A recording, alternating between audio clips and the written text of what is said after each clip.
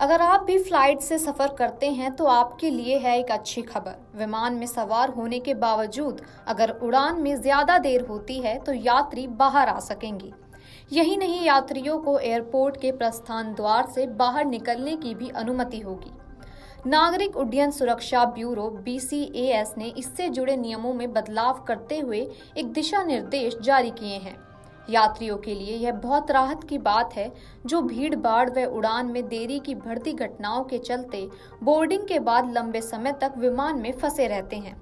BCAS के महानिदेशक जुल्फिकार हसन ने सोमवार को बताया कि 30 मार्च को एयरलाइंस व हवाई अड्डा संचालकों को भेजे दिशा निर्देश लागू हो गए हैं। अब यात्रियों को बोर्डिंग के बाद या किसी अन्य आपात स्थिति में लंबे समय तक विमान में बैठे रहना नहीं पड़ेगा।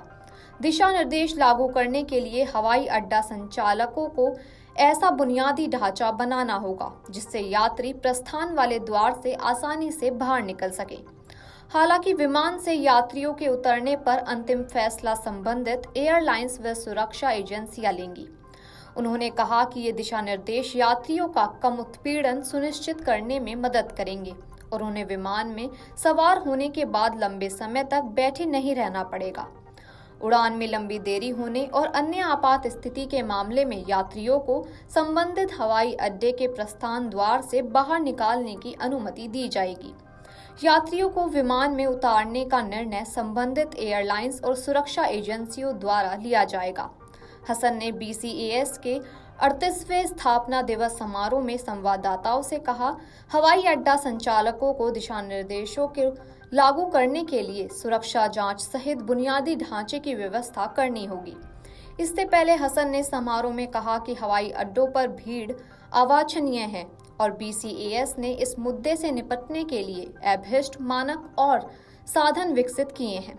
इस क्रम में हवाई अड्डों पर स्मार्ट सुरक्षा लेन भी स्थापित की जाएगी।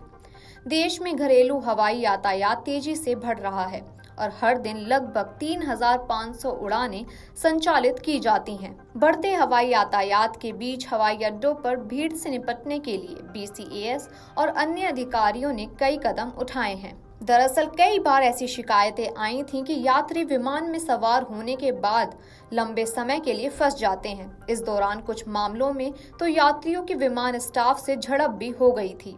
इन्हीं घटनाओं को मद्देनजर रखते हुए इन गाइडलाइंस को जारी किया गया है।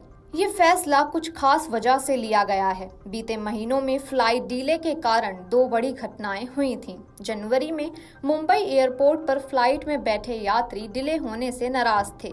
वे फ्लाइट से उतरे और टारमैक पर बैठ गए।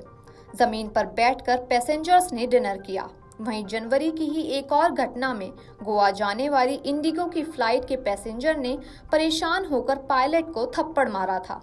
फ्लाइट को सुबह 7:40 पर उड़ान भरनी थी, लेकिन कोहरे के कारण इसमें कई घंटों की देरी हो गई थी।